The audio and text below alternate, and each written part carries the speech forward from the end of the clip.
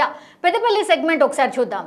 ఉత్తర తెలంగాణలో కీలకమైనటువంటి పార్లమెంట్ నియోజకవర్గం ఏదన్నా ఉందంటే అది పెద్దపల్లి ఎస్సీ రిజర్వ్డ్ స్థానం ఇది.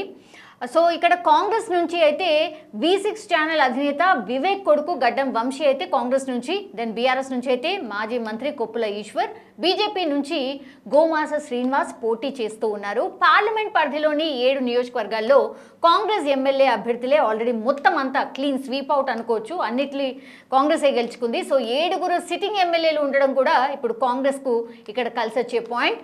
దీంతో పాటుగా ఆర్థికంగా గట్టిగా ఉండడం కూడా వంశీకి మరో కలిసి వచ్చే అంశం అని కూడా చెప్తున్నారు. సో బీజేపీ 2వ స్థానానికి పోటీ పడొచ్చు అనేది కూడా ఇక్కడ ఒక అంచనా ఉంది.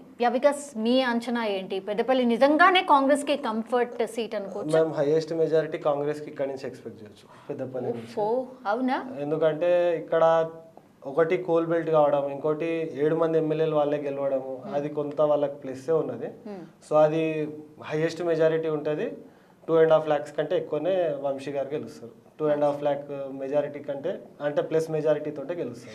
ఈ ఫ్యామిలీ గతంలో మొన్నటి వరకు కూడా బీజేపీతోనే ఉండింది, అదంతా కూడా కాంగ్రెస్ కి షిఫ్ట్ అయిపోయిందా అనుకోవచ్చు అట్లా?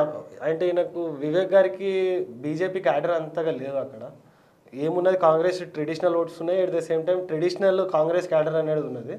వాళ్ళు ఈయనని రాగానే ఈయనని యాక్సెప్ట్ చేసినారు కాబట్టి అది ఆయనకు ప్లస్ అయింది. డే 1 రోజు నుంచి ఆయనకు ప్లస్ అయింది కాంగ్రెస్ లోకి వచ్చినాక.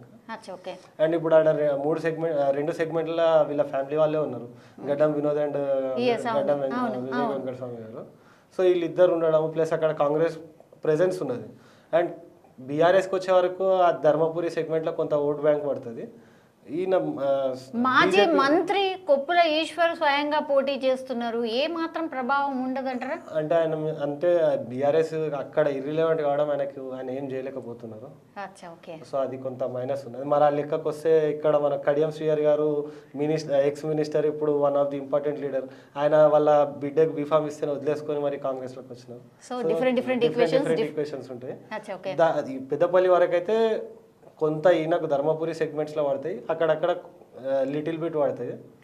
గోమాస శ్రీనివాస్కి మాత్రం ఆర్ఎస్ఎస్ క్యాడర్ ఓట్స్ పడతాయి. అక్కడ ఆర్ఎస్ఎస్ క్యాడర్వి 1,50,000 ఓట్లు ఉంటాయి, వాళ్ళవి పడతాయి, అంతకుమించి ఏం పడవు. సో గన్ షాట్ గా కాంగ్రెస్ పార్టీ ఏదన్నా గెలవబోతుంది సీట్ అంటే ఫస్ట్ వచ్చేది పెద్దపల్లి కంఫర్ట్ జోన్ లో ఉంది.